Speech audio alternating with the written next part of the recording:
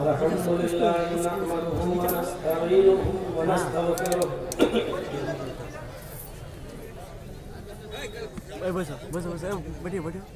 ونعوذ بالله من شرور انفسنا ومن سیئات اعمالنا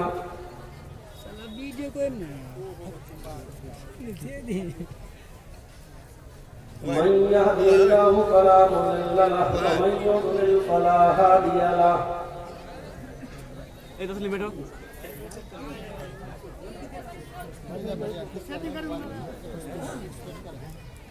وأشهد أن لا إله إلا الله وحده لا شريك له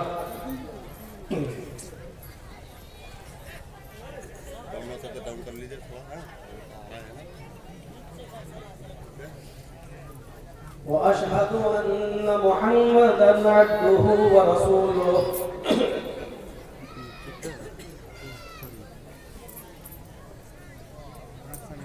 أما بعد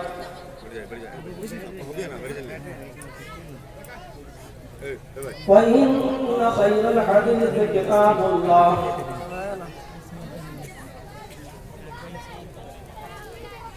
وخير الهدي هدي محمد صلى الله عليه وسلم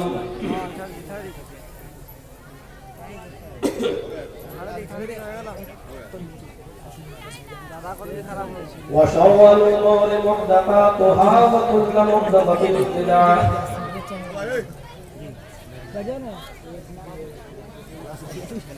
وكل بدعة ضلالة وكل ضلالة في النار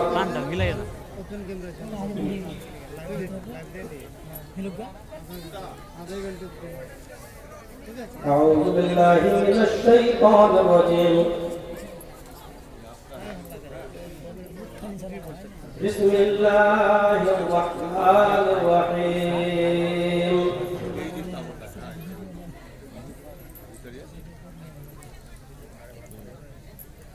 والذين لا يدعون مع الله إلها آخر ولا يقتلون النفس التي حرم الله إلا بالحق ولا يزنون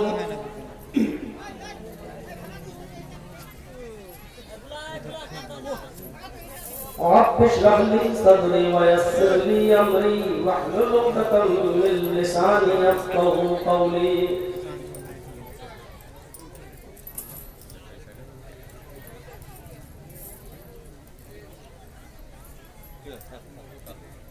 بسٹن نگر کے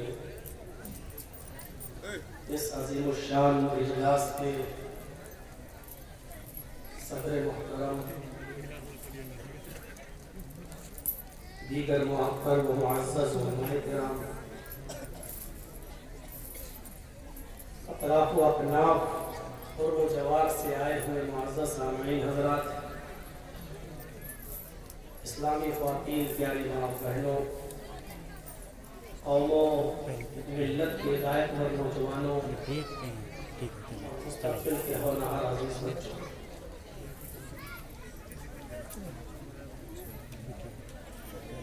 روزہ پروگرام کا یہ آج آخری دن ہے. آپ نے کل بھی سنا ہے، کل جو خطیب آئے تھے انہوں نے اپنی پرمخ تقریر سے اور اپنے خطاب سے آپ کو محظوظ کیا تھا، اور آج اس پروگرام کا آخری دن ہے 12 دسمبر. آج بھی آپ سن رہے ہیں. اللہ تبارک و تعالیٰ سے دعا ہے کہ الہ العالمین ہم سبھی لوگوں جو باتیں کہی جا چکی ہیں، کہی جا رہی ہیں، ان سبھی باتوں پر کہنے والوں کو بھی اور سننے والوں کو بھی عمل کی پوری توفیق عطا فرمائے. مجھے کچھ اشارے ملے ہیں سماج اور سوسائٹی میں کن چیزوں کی ریل پیل ہے، کن چیزوں کی بھرمار ہے.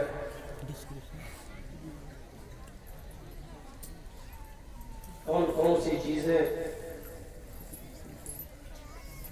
ہمارے معاشرے اور ہمارے سماج کے اندر بنک چکی ہیں، اور ہمارے سماج کا یہ موجودہ نوجوان کس طرف بھاگ رہا ہے. کوشش کروں گا قرآن و حدیث کی روشنی میں ان باتوں پر بھی روشنی ڈالی جائے. قرآن کریم کی جو چند آیتیں میں نے آپ کے سامنے تلاوت کی ہیں،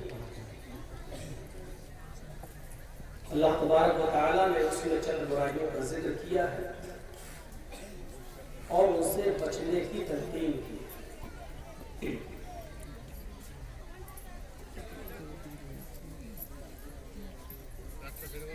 سچے اور مومن بندوں کے جو اوصاف اللہ تبارک و تعالیٰ نے بتائے ہیں، عباد الرحمن الذين يمشون على الأرض هونا وإذا خاطبهم الجاهلون قالوا سلاما والذين يبيتون لربهم سجدا وقياما والذين يقولون ربنا اصرف عنا عذاب جهنم إن عذابها كان غراما إنها ساءت مستقرا ومقاما. اللہ کے نیک اور سچے بندے وہ ہیں جو زمین پر جب چلتے ہیں تو عاجزی کے ساتھ اور سکون کے ساتھ چلتے ہیں، متانت کے ساتھ چلتے ہیں. ان کی چال میں، ان کی رفتار میں تکبر نہیں ہوتا، غرور نہیں ہوتا، گھمنڈ نہیں ہوتا. وَإِذَا خَاطَبَهُمُ الْجَاهِلُونَ قَالُوا سَلَامًا، اور جب جاہلوں سے وہ مخاطب ہوتے ہیں، جاہل جب ان سے مخاطب ہوتے ہیں، آمنا سامنا ہوتا ہے، تو یہ جاہلوں کے منہ نہیں لگتے. قَالُوا سَلَامًا، السلام علیکم کہہ کر گزر جاتے ہیں. وَالَّذِينَ يَبِيتُونَ لِرَبِّهِمْ سُجَّدًا وَقِيَامًا، ان کی راتیں اپنے نرم نرم بستروں سے الگ ہوتی ہیں اور یہ راتوں میں سجدے اور قیام کی حالت میں گزارتے ہیں، اللہ کو رات کے وقت میں یاد کرتے ہیں. والذین یقولون ربنا اصرف عنا عذاب جہنم، اور جہنم سے پناہ مانگتے رہتے ہیں، کہتے رہتے ہیں اپنی زبان سے کہ اللہ جہنم کے عذاب سے ہم کو چھٹکارا عطا فرما، ہمیں نجات عطا فرما. انہا کان غراما، تیرا عذاب بہت ہی زیادہ سخت ہے اور چمٹنے والا ہے. والذین اذا انفقوا لم یسرفوا ولم یقتروا وکان بین ذلک قواما. اور اللہ کے نیک و سچے بندے وہ ہیں جب خرچ کرتے ہیں تو حد سے زیادہ نہیں، فضول خرچی نہیں کرتے، ولم یقتروا اور کنجوسی بھی نہیں کرتے، بخیلی بھی نہیں کرتے. اللہ نے اگر ان کو رزق دیا ہے، پیسہ دیا ہے، دولت دیا ہے تو وہ حد سے زیادہ نہیں لٹاتے، اور اپنے گھر والوں پر جتنا خرچ کرنا چاہیے اتنا کرتے ہیں، اس میں کنجوسی بخیلی نہیں کرتے. وَكَانَ بَيْنَ ذَلِكَ قَوَامًا، دونوں کے بیچ میں درمیان میں رہتے ہیں، نہ زیادہ خرچ نہ زیادہ بخیلی، دونوں کے بیچ میں رہتے ہیں. اس کے بعد اللہ تعالیٰ نے کیا فرمایا؟ وَالَّذِينَ لَا يَدْعُونَ مَعَ اللَّهِ إِلَٰهًا آخَرَ، جو صرف ایک اللہ کی عبادت کرتے ہیں، اللہ کے علاوہ کسی اور کو نہیں پکارتے، اللہ کے ساتھ کسی اور کو شریک نہیں کرتے. وَلَا يَقْتُلُونَ النَّفْسَ الَّتِي حَرَّمَ اللَّهُ إِلَّا بِالْحَقِّ، اور کسی ایسے انسان کو، کسی ایسے نفس کو ناجائز قتل نہیں کرتے جس کا قتل کرنا اللہ تبارک و تعالیٰ نے حرام کر دیا ہو، کسی کو ناحق قتل نہیں کرتے. وَلَا يَزْنُونَ، اور جو زنا نہیں کرتے.